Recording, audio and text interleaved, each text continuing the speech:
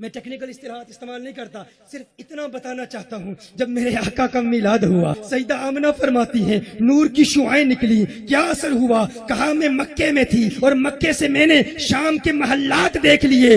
آقا آپ دنیا میں آئے، آپ کی والدہ نے شام کے محلات کیسے دیکھ لیے؟ مکہ المکرمہ کے گرد بڑے بڑے پہاڑ ہیں۔ کہا ایکس رے والوں تم کہتے ہو ہم ماڈرن دنیا کے ماننے والے ہیں، جدید تحقیقات کے ماننے والے ہیں، میں کہتا ہوں یہ عاشقوں کی محفل ہے، یہاں قرآن بھی پیش کیا جاتا ہے، حدیث بھی پیش کی جاتی ہے، یہاں سائنٹیفک فیکٹ سے بھی غیر مسلموں اور بدعقیدہ لوگوں کے منہ بند کیے جاتے ہیں۔ اگر ایکس رے کی روشنی اتنی طاقتور ہے کہ انسان کے جسم کو سی تھرو بنا دیتی ہے، ٹرانسپیرنٹ بنا دیتی ہے، میٹل سے گزر جاتی ہے، تو میرے آقا کے نور کی شعاؤں کا اثر یہ تھا کہ میرے آقا کی نور کی شعاؤں نے ان پہاڑوں کو ٹرانسپیرنٹ بنا دیا، ان پہاڑوں کو ٹرانسپیرنٹ بنا دیا۔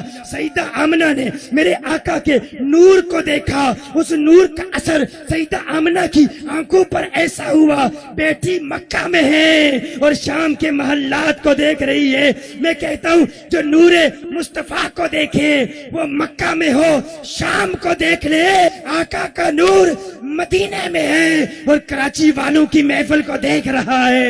نعرہ تکبیر، نعرہ رسالت، نعرہ غوثیہ، علماء اہل سنت۔ تیرے ہاتھ میرے آقا کے ہاتھ کی طرح نہیں، تو پھر کیسے کہتا ہے تو آقا کی طرح ہے؟ تو اپنا ہاتھ اٹھا، دیکھتے ہیں تیرے ہاتھ سے پانی نکلتا ہے کہ نہیں۔ میرے آقا ایک برتن میں ہاتھ ڈالتے، ساری بخاری کی حدیثیں پیش کر رہا ہوں، صحیح بخاری کی حدیثیں پیش کر رہا ہوں، جسے بخاری کا بہت بخار ہے وہ ان حدیثوں کو نوٹ کر لے، جو کہتا ہے میں آقا کی طرح، آقا میری طرح۔ صحیح بخاری کی حدیثیں نوٹ کر لو۔ میرے آقا کی انگلیوں سے پانی کے فوارے نکل رہے ہیں، آقا اپنا ہاتھ اس برتن میں ڈالتے ہیں، ہاتھ نکالتے ہیں، آقا کی انگلیوں سے فواروں کی طرح پانی نکل رہا ہے۔ کیسے نکلا؟ میں کہتا ہوں تو بھی ہاتھ ڈالنا کسی برتن میں، تو ہاتھ مارتا رہے گا، تیرا ہاتھ زخمی ہو جائے گا، خون تو نکلے گا، پانی نہیں نکلے گا، کیونکہ تو مصطفیٰ کی طرح نہیں ہے، تیرا ہاتھ میرے آقا کے ہاتھ کی طرح نہیں۔ ایک مرتبہ میرے آقا نے ایک صحابی کو ایک چھڑی دی، رات کی تاریکی میں ایک چھڑی دی، چھڑی پر میرے آقا کا ہاتھ لگا، آقا کے ہاتھ کے نور سے ایسی شعائیں نکلی، وہ چھڑی خود نور بن گئی۔ ارے جن کے ہاتھوں کی برکت سے چھڑی نور بن جاتی ہے، وہ خود نور کیوں نہیں ہے؟